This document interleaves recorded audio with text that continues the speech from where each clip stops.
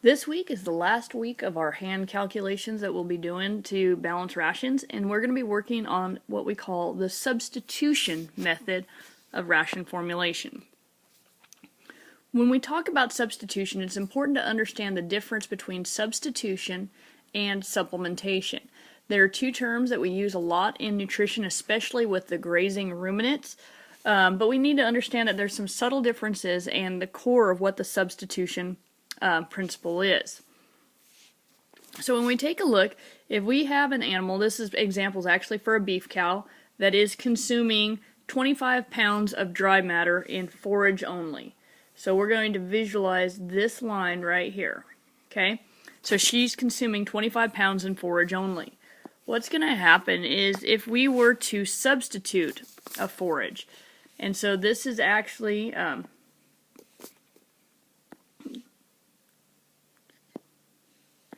going to be a substitution right here. So if we draw a line right there, and that's at our 25 pounds of forage, what you'll notice is that when we substitute a feed, and actually I'm realizing you don't see that really well, so let's draw over that again. When we substitute a feed, we are actually replacing some of that forage dry matter intake with the new feed. This is what we call substitution. So we are substituting that forage with new feed. In contrast, when we talk about supplementation of a forage, we can actually have two different types of supplementation. Regardless, I'm going to have you guys ignore this right here. That's actually only part of it. But when we supplement an animal, so this column and this column are supplementing. This column is substituting. When we supplement an animal, you'll notice that we actually increase their total dry matter intake. However, we can have two different directions of that total increase. One is what we call a positive associative effect, PAE for short. That's positive associative effect.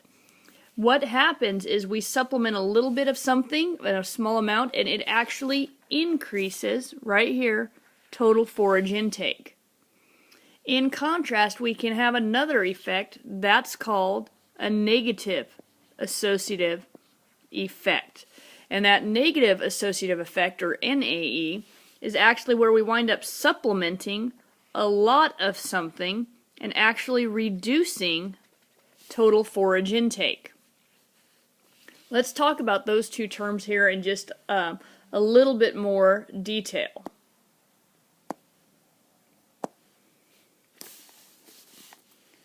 So if we take our positive, oops, if I could write on this thing, I've got a new pen, positive associative effect.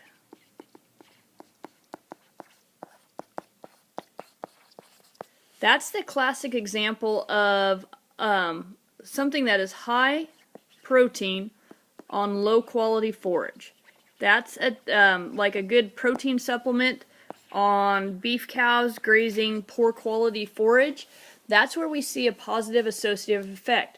We're basically feeding the bugs in the rumen, allowing them to getting them the protein that they need to do their job. They're able to grow and multiply, and as a result, they're able to digest more fiber, which means the animal can eat more forage. So that's the essence of a positive associative effect. Make this where we can read it easier. Feed the bugs, they grow and multiply,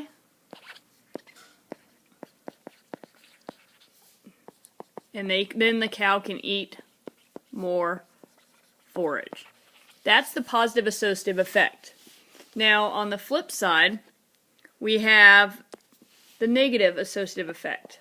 Negative associative effect. And that's an example of where we feed high starch supplements, things like corn, the cereal grains, to an animal that's grazing or consuming a lot of forage. And what happens is we actually reduce the bug's ability to digest forage. And so the animal's not able to consume as much forage. That's not always a bad thing. Sometimes in drought situations when you have limited forage, you actually want to feed for a negative associative effect, meaning you're going to use something to replace and reduce forage intake so that you can stretch your forage supply out a little bit. Regardless with either one of these, we want to make sure we clearly understand the three different terms. So just remember that if we have that forage only and we have a set amount of dry matter intake, the substitution is when we actually replace it pound for pound with something else. The supplementation, that is the that negative associative effect, is where we actually reduce forage intake. The positive associative effect is where we actually increase forage intake. So those are some terms I want to make sure we're clear on moving forward. The math problems that we're going to be doing are these substitution problems, meaning we're going to do pound for pound substitutions. So when we're doing a substitution, we've got to use some familiar calculations that we've been doing all along. And frankly, we've got to be able to calculate the pounds of nutrient in a given amount of feedstuff. We've been doing that every week for the last 4 to 5 weeks. So we should be getting comfortable with that process. That's where we take that feedstuff amount times the percent nutrient. We were just working on it this week in substitution problems, or in the algebra problems. The substitution method is most common in herbivores. Frankly, you won't come across this really in poultry and swine rations. Only in equine and ruminants will you really see a substitution method, just because it's easier to do other methods with the other species. But the herbivores, because they're on the forage, a lot of times we are substituting out our forage, and especially if they're grazing, we can't always tell what they're consuming. But what's nice about substitutions is the stair-step process. We can do this for multiple nutrients. That's what makes it nice. So we're going to go through the 9 steps of a substitution problem. So you're going to want to write down these 9 steps, and then we are going to, in the next video, work through an example. First thing, which is kind of what we've been doing all along, we have to find our requirements of the animal. This is where we're going to go to the appendix tables, or I think actually in these problems I give a lot of the requirements to you. We need to gather up our nutrient composition of our feeds and make sure we have all of our data in front of us before we even start these problems. You want to make sure you have everything ready to go. The next step is going to be to determine the nutrient contribution of the major feed. The major feed, one thing we need to note about the substitution method is we're going to be solving on what we call an absolute basis.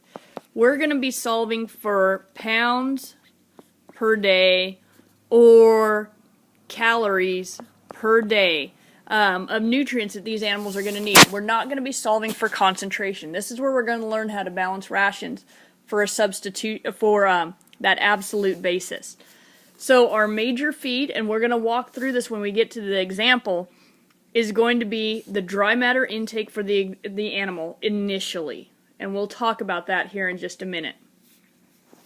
Once we find out how much nutrients is coming from the major feed, which is also usually going to always be the roughage or the forage, then we're going to see if our animal needs are being met by checking it against the requirement.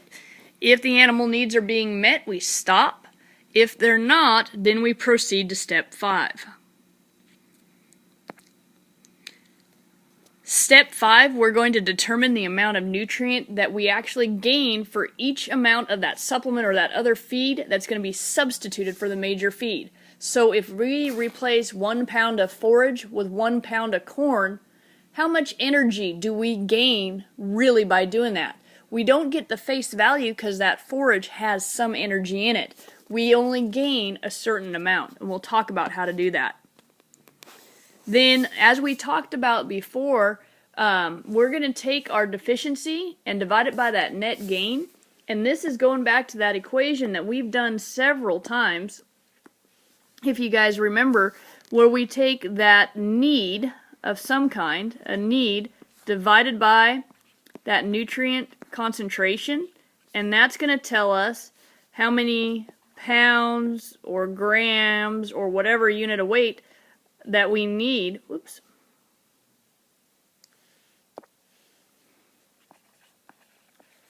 To be able to fix that problem. So that's what we're going to do for step 6. Step 7 is going to be to reformulate and recheck how much nutrients are coming in from the 2 feeds we have now if we fixed it. Very similar to step 3. And if there's any other deficiencies, and if there are, then we're basically going to repeat steps 5 through 7. Again and again until we solve for all nutrient deficiencies. Finally, once we have all of our nutrient deficiencies corrected, then we're going to correct for dry matter, and that means converting to as-fed, which we've been doing for the last several weeks. So those are the 9 steps. Make sure you get those jotted down, and in the next video, we'll be working through an example.